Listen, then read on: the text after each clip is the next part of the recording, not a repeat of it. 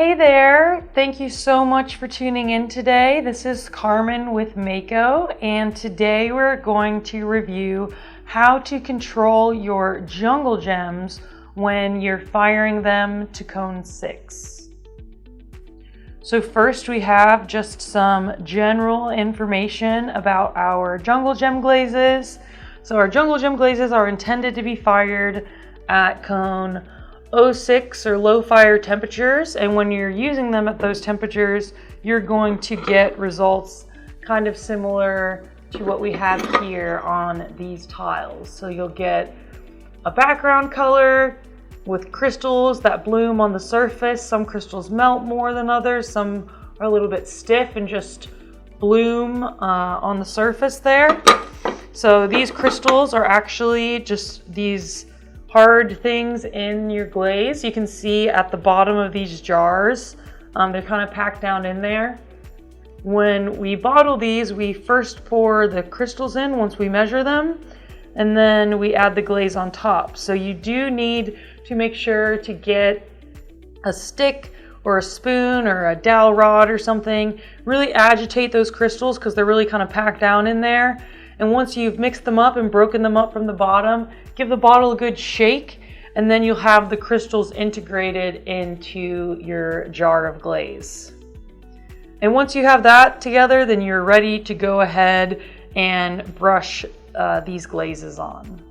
So then when you're taking them up to cone 6 temperatures, the performance is going to be a bit different. So since they're intended for lower fire, more heat work basically means more melting. So we do have our mid-range color results on our bottle here. And then we also have them posted on our website. So if you go to the Jungle Gem page on our website, you can check the color swatches. We have both cone 06 and cone 6 results showcased there.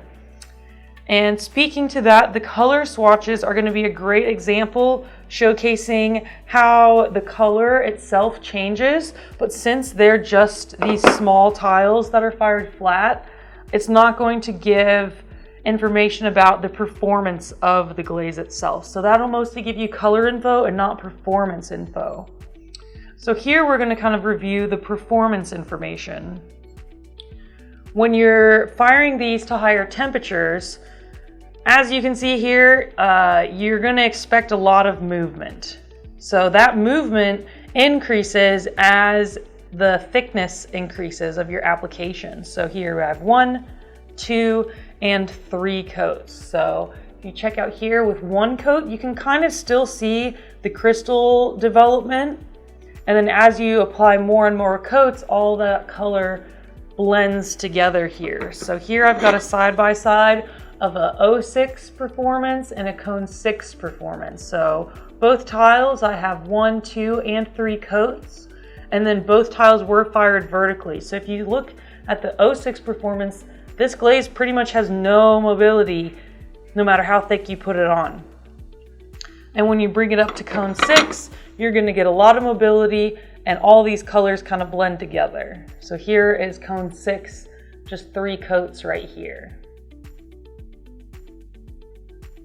I'm going to showcase a couple more results just to confirm the performance variation here, just so everyone kind of understands. Basically, they all melt more.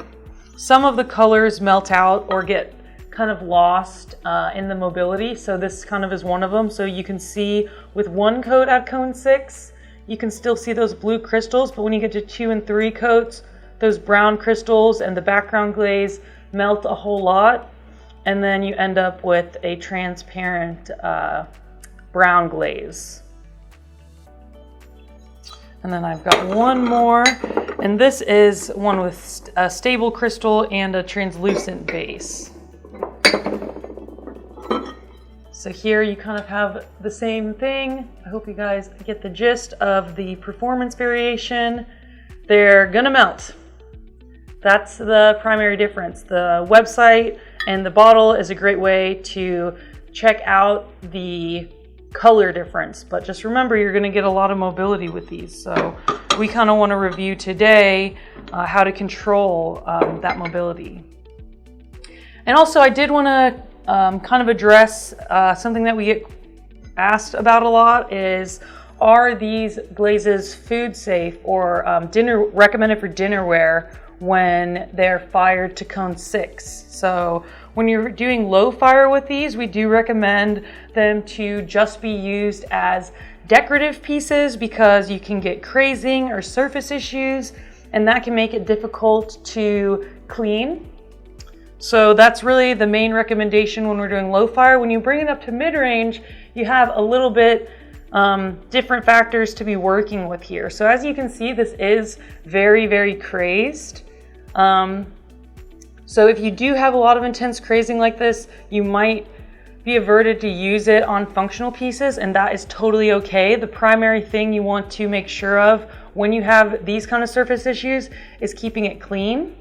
So the difference here with this surface texture is the underlying clay body. So this clay body here is vitrified, it's not absorbing water, it's not harboring bacteria, whereas if you're doing low fire, any of the crazing that happens, it could cause bacteria to build up, in addition to the fact that it might saturate the underlying clay body with water, which could form mold or bacteria growing. So the stoneware has a more durable, less porous underlying body, which makes it more ideal for functional pieces, even if there is crazing on it. So you of course want to make sure that these are getting properly cleaned. I would probably only use this on the outside because it is so severely crazed, but that is again up to everyone's personal discretion. It's not toxic, so that's kind of what a lot of people are worried about. But the crazing and surface issues is something that you kind of need to navigate in your own personal practice, because everyone has different preferences for that. So moving on to how to control the jungle gem glazes. So basically, as you saw on these tiles, 1, 2, and 3 coats. 3 coats adds more mobility. So let's say you wanted to paint a piece with jungle gems, but you didn't want to have the bottom with a different glaze. If you wanted the whole thing with jungle gems, I would recommend doing 1 or 2 coats because you're not going to be getting quite as much mobility. And the 1 coat, you have more of the crystals showing on their own. So less coats is one way to really make sure you're controlling those jungle gems. And another way that I like to do it is also just doing it in a bowl or something where you're not going to have the jungle gem running off of your piece. So this here, I do have a stoneware glaze. I've got speckled toad here and then peacock eyes on the top. And this one, I didn't receive my coats or anything because since I'm on the inside of a bowl, I'm pretty safe with that mobility. One thing you might want to look out for is if you're putting a lot of really mobile things on the inside of a bowl is pooling here, which can cause like pretty severe crazing to the point it's like catching on your finger. And that's pretty intense to be on the inside of functional pieces. So just be careful looking for crazing, but we've got this project on our website. It's a nice one. Peacock eyes works really well. Firing up to cone 6. So first, think of the form. So the form that you're using can help control the mobility of the jungle gems. So a bowl's nice, or maybe even something with ridges, or something that has a big catch on the bottom that kind of helps the glaze pool around that area. Another thing you can do is basically do what I call a buffer glaze. So I just put another glaze that's a little bit more stable in between the top and the bottom of the piece, The top third or top quarter of the piece, I will keep the jungle gems up on that area, and then below it I will put a glaze that I know isn't going to flow off of my piece. So using here, I had rainforest and herb garden. So the herb garden and the rainforest kind of blended together, and that's because the rainforest is kind of a mobile glaze, so we do have a nice gradient here, which I really love. And I actually did receive the coats on this because this glaze does have some mobility. I do have some examples here that are showcasing this technique with a more stable glaze than the rainforest. So here I was using tea dust, and this is mixed melon on the top. So tea dust is a really stable glaze on its own, but it can have mobility when you're using it in combinations. And that's why I have this nice gradient that happened where I have 2 coats of the mixed melon here, and it was just butted up against the tea dust, and then the tea dust is on this bottom 2/3 of the piece. And since the tea dust can have mobility, these colors blended into each other. So my buffer glaze is somewhat mobile, so I have this nice soft fade into the bottom. Whereas here I have the same glaze. I've got mixed melon here, but I used one of our stoneware gloss glazes as my buffer glaze. So this here, you can see the end of the crystal is a little bit more stark. It doesn't necessarily blend down into the bottom, which is kind of nice if you choose a complementary glaze. And I love how these crystals show up here.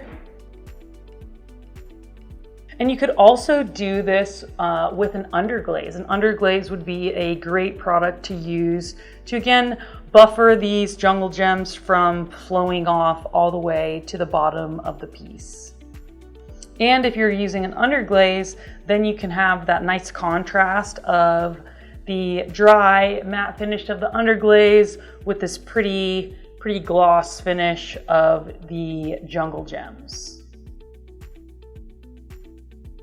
So I think that is all that I have today, going over our Cone 6 performance for jungle gems and how to make sure you're controlling that enhanced mobility that's happening when you're bringing it up to higher temperatures. So definitely make sure to check out our website so you get those different firing results.